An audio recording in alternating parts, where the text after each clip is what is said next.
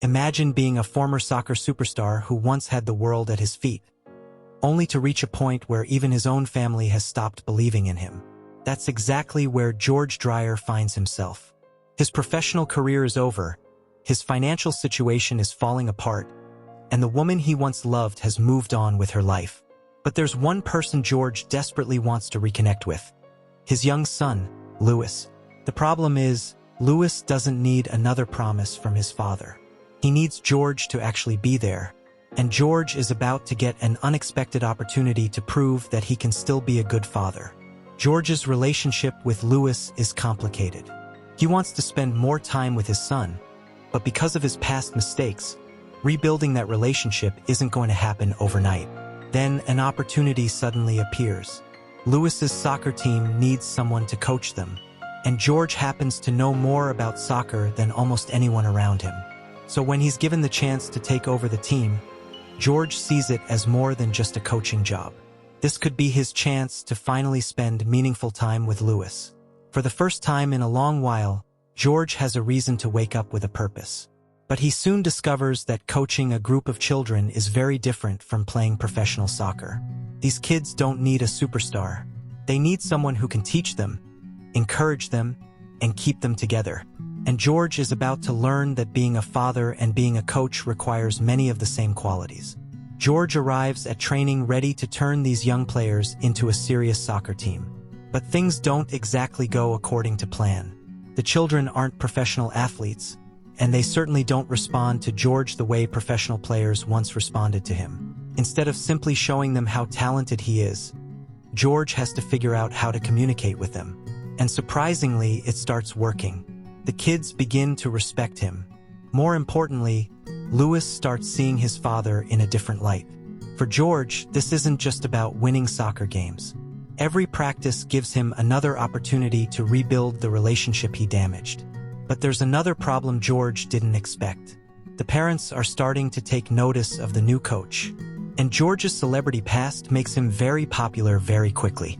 George may be trying to become a better father, but the soccer parents have completely different ideas about him. The moment they realize their children's coach is a former professional soccer player, George suddenly becomes the most interesting man on the field. Several of the mothers begin showing him attention. And George, who has been struggling with his life, suddenly finds himself surrounded by people offering friendship, admiration, and even romantic attention. At first, it seems harmless, but George is supposed to be focused on one thing, his son. And the more attention he receives, the harder it becomes to keep his personal life from interfering with his responsibilities. George is beginning to discover that getting a second chance is easy compared with knowing what to do with it. Then comes a moment that reminds everyone why George was once a soccer star. The parents challenge him to demonstrate what he can actually do. George steps onto the field, and suddenly, the struggling father everyone has been watching disappears. The former professional athlete comes alive again. His technique, confidence, and experience immediately separate him from everyone around him. The parents are impressed. The children are impressed. And even George seems to remember the person he used to be. For a moment, everything feels perfect, but there's a dangerous side to being admired. George has spent so much time feeling like a failure that the attention feels good, maybe a little too good. And that's when another wealthy parent enters the picture. A man named Carl King. Carl is wealthy, confident, and clearly impressed by George. Unlike everyone else, however, Carl isn't simply interested in George as a person. He sees him as someone who could be useful.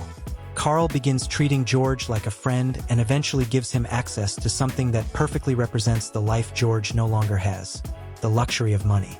Ferrari. For George, the car is more than just an expensive vehicle.